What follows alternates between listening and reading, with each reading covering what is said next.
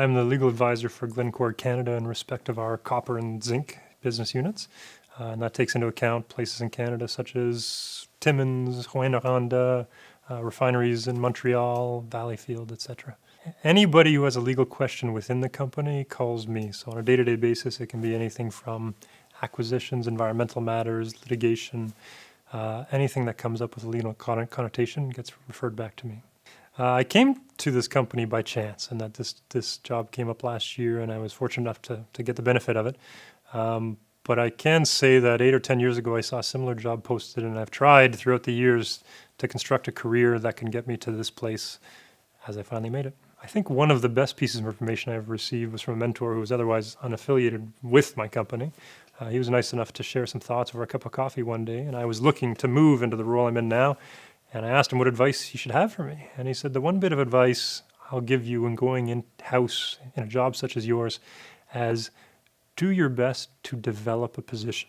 And what he meant by that was lawyers are famous for not actually coming up with answers and coming up with alternatives and risks, and we're all so fearful of what the next steps are. But pick a position, back it up. If you're right, that's fantastic. And if, worst case scenario, you go forward and it turns out you're wrong, you will still be respected for taking that position. Ultimately, your job is intricately tied with the business side of the unit that you operate in. And these people on the business side do this every day. They're constantly making decisions for the governance of business, and they expect you to be there with them.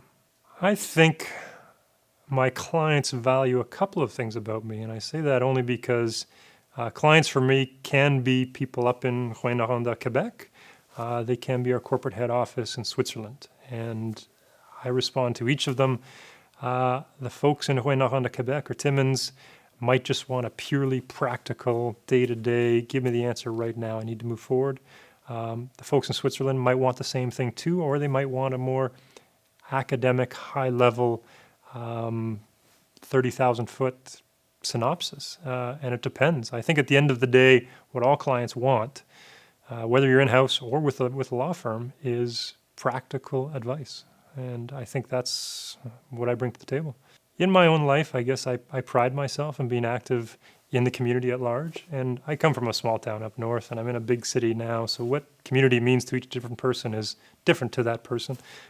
In my personal experience, I have a strong interest in veterans in this country. So I happen to be involved with the Juno Beach Center. I happen to be involved with the Vimy Foundation. Historically, I've done some work when we were interviewing veterans across the country, and even in Thunder Bay, we interviewed Second War veterans to make sure that their memories were preserved as the generation tends to pass. I do believe it's a lawyer's obligation as part of the profession to be involved in their community, and that can mean whatever it means to that individual lawyer.